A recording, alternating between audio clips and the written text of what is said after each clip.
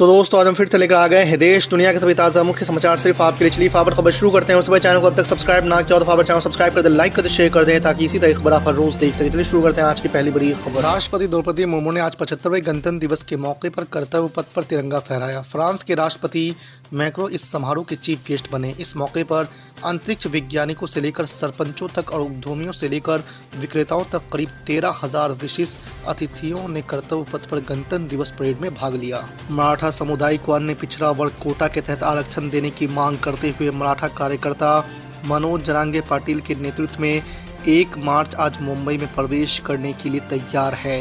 मराठा कार्यकर्ता इस बात पर आ रहे हैं कि वो आरक्षण की अपनी मांग पर जोर देने के लिए आज़ाद मैदान में अनिश्चितकालीन भूख हड़ताल पर बैठेंगे। कांग्रेस पार्टी ने एक बार फिर से मतपत्रों के साथ चुनाव कराने की मांग की है। इंडियन ओवरसीज कांग्रेस के अध्यक्ष सेम पित्रोदा ने गुरुवार को कहा है कि लोकसभा चुनाव में मतपत्रों का इस्तेमाल किया जाना चाहिए। उन्होंने कहा कि इस बात पर बहस करने का समय खत्म हो गया है कि ईवीएम को हैक किया जा सकता है या नहीं। टीएमसी नेता डेरेक ओब्रायन ने कहा है कि पश्चिम बंगाल में कांग्रेस और उनकी पार्टी के बीच गठबंधन नहीं होने के लिए प्रदेश कांग्रेस अध्यक्ष अधीर रंजन चौधरी जिम्मेदार है। ओब्रायन ने कहा है कि बंगाल में गठबंधन के कारगर नहीं होने के पीछे 3 कारण हैं। वो हैं अधीर रंजन चौधरी, अधीर रंजन चौधरी और अधीर रंजन चौधरी। जेडीयू के मुखिया नीतीश कुमार 7वीं बार इस रविवार को बिहार के मुख्यमंत्री के रूप में शपथ ले सकते हैं। भाजपा के साथ उनकी दोस्ती पक्की हो गई है। सूत्रों ने यह जानकारी दी है। उनका ये भी कहना है कि पुराने फॉर्मूले पर ही नई सरकार का गठन हो सकता है। नई सरकार में बीजेपी कोटे से 2 उप मुख्यमंत्री शामिल किया जा सकता है। आपको बता दें कि सुशील कुमार मोदी को हटाने के बाद बिहार में बीजेपी ने 2 डिप्टी सीएम का फॉर्मूला दिया था। असम के मुख्यमंत्री हेमंत बिस्वा शर्मा ने कांग्रेस सांसद राहुल गांधी पर अपने हमशक्ल का इस्तेमाल करने का आरोप लगाया है।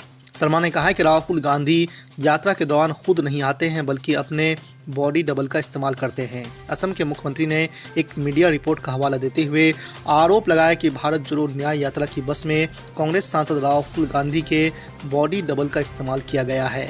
सुप्रीम कोर्ट ने गुरुवार को समाजवादी पार्टी नेता स्वामी प्रसाद मौर्य को बड़ी राहत दी है। कोर्ट ने तुलसीदास की रामचरितमानस पर स्वामी प्रसाद मौर्य की कथित विवादास्पद टिप्पणी से संबंधित एक मामले में उनके खिलाफ आपराधिक कार्रवाई पर रोक लगा दी है।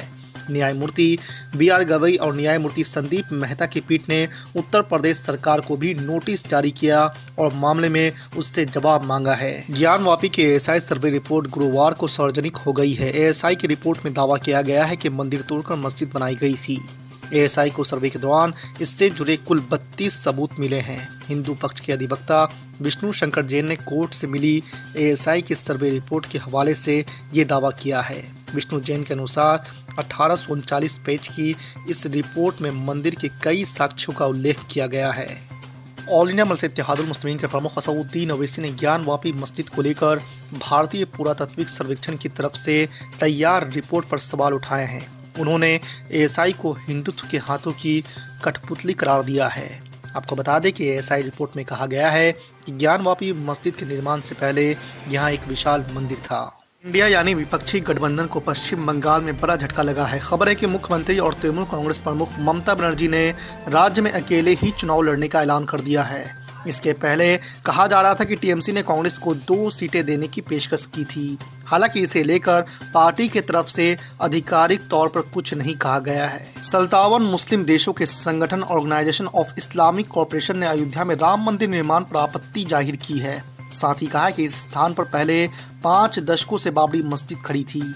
इससे पहले पाकिस्तान ने भी प्राण प्रतिष्ठा समारोह पर सवाल उठाए थे और कहा था कि ये भारत के लोकतंत्र पर धब्बे की तरह बनेगा। मालदीव के राष्ट्रपति मोहम्मद मोइज्जू भारत को अपने सैनिकों को वापस बुलाने के लिए कहने और अपने मंत्रियों द्वारा प्रधानमंत्री नरेंद्र मोदी के खिलाफ अपमानजनक टिप्पणियों पर अभी भी आलोचनाओं का सामना कर रहे हैं। उनके खिलाफ नाराजगी अब देश के अंदर भी परवान चढ़ने लगी है। राजनयिक विवाद के कारण भारत के संबंधों में तनाव के बीच मालदीव में 2 विपक्षी दल भारत विरोधी रुख को लेकर मोइज्जू सरकार के खिलाफ आगे आए हैं। कर्नाटक में कांग्रेस को बड़ा झटका लगा है। विधानसभा चुनाव से पहले भारतीय जनता पार्टी छोड़ने वाले पूर्व मुख्यमंत्री जगदीश शेट्टार की भाजपा में वापसी हो गई है। शेट्टार को कर्नाटक में दबदबे वाली लिंगायत समुदाय का बड़ा नेता माना जाता है। हालांकि अब तक कांग्रेस छोड़ने की वजह साफ नहीं हो सकी है। बिहार के मुख्यमंत्री नीतीश कुमार ने कहा कि पूरे देश में कर्पूरी फॉर्मूले पर पिछड़ों अति पिछड़ों के लिए आरक्षण लागू किया जाना चाहिए। कर्पूरी ठाकुर ने ही पहली बार पिछड़ों अति पिछड़ों को जोड़कर आरक्षण दिया था। उन्होंने पहली बार वर्ष 1978 में पिछड़ा वर्ग के लिए 8% और अति पिछड़ा वर्ग के लिए 12% आरक्षण दिया। वाराणसी में काशी विश्वनाथ मंदिर से सटी ज्ञानवापी मस्जिद की 3 महीने तक चली ASI रिपोर्ट सार्वजनिक की जाएगी।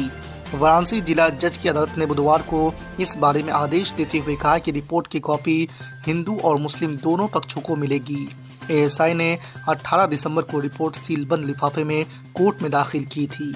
एक दिन पहले ही प्रधानमंत्री नरेंद्र मोदी ने अयोध्या में राम मंदिर में प्राण प्रतिष्ठा करके हिंदू राजनीति से सर्व समाज को संदेश दिया था। इसके अगले ही दिन मंगलवार को प्रधानमंत्री नरेंद्र मोदी ने बिहार के पूर्व मुख्यमंत्री कर्पूरी ठाकुर को मरणोपरांत भारत रत्न देने का ऐलान कर दिया है। माना जा रहा है कि इस कदम के साथ ही प्रधानमंत्री नरेंद्र मोदी ने नीतीश कुमार और लालू यादव दोनों के खेमों में खलबली मचा दी है। अयोध्या में राम मंदिर के निर्माण और रामलला के प्राण प्रतिष्ठा के बाद से ही मंगलवार को आम लोगों के लिए कपाट खोल दिए गए थे। देर रात से ही रामलला का दर्शन का इंतजार कर रहे लोगों ने पिछले ही साल रामनवमी पर बने रिकॉर्ड को तोड़ दिया है। दरअसल आपको बता दें कि रामनवमी को यहाँ 1.5 लाख भक्त पहुंचे थे, लेकिन मंगलवार को 4 लाख से ज्यादा लोगों ने रामलला का दर्शन किया है। भारत से राजनयिक विवाद के बीच मालदीव ने एक बार फिर से पीठ पर छुरा घोंपने वाला काम किया है।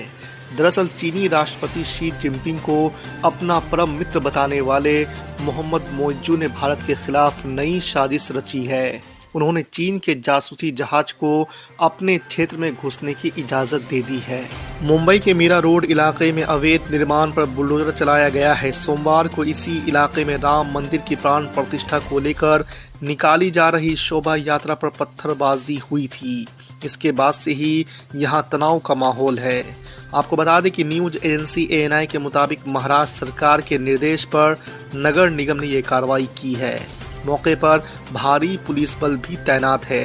रिपोर्ट्स की माने तो यहां अब भी माहौल तनावपूर्ण है। लोकसभा चुनावों के मद्देनजर पंजाब में कांग्रेस ने प्रदेश चुनाव कमेटी की घोषणा कर दी है। ऑल इंडिया कांग्रेस कमेटी की तरफ से 27 सदस्य एक सूची जारी की गई है, जिसमें कई बड़े नेताओं को शामिल किया गया है। हाईकमान की तरफ से जारी की लिस्ट में 27 बड़े नेताओं को कमेटी में शामिल कर बड़ी जिम्मेदारी सौंपी गई है। इन नेताओं में बगावती सुर वाले नवजोत सिंह सिद्धू को भी जगह दी गई है। असम में भारत जोड़ो न्याय यात्रा की अगुवाई कर रहे कांग्रेस नेता राहुल गांधी की मुश्किल कम नहीं हो रही है। मंगलवार को कांग्रेस नेता राहुल गांधी, KC वेणुगोपाल और कन्हैया कुमार पर असम पुलिस ने हिंसा, उकसावे, सार्वजनिक संपत्ति को नुकसान पहुंचाने और पुलिस कर्मियों पर हमले के आरोप में मुकदमा दर्ज किया है। मामले की जानकारी देते हुए मुख्यमंत्री हेमंत बिस्वा शर्मा ने कहा है कि नक्सली रणनीति असम में नहीं चलेगी।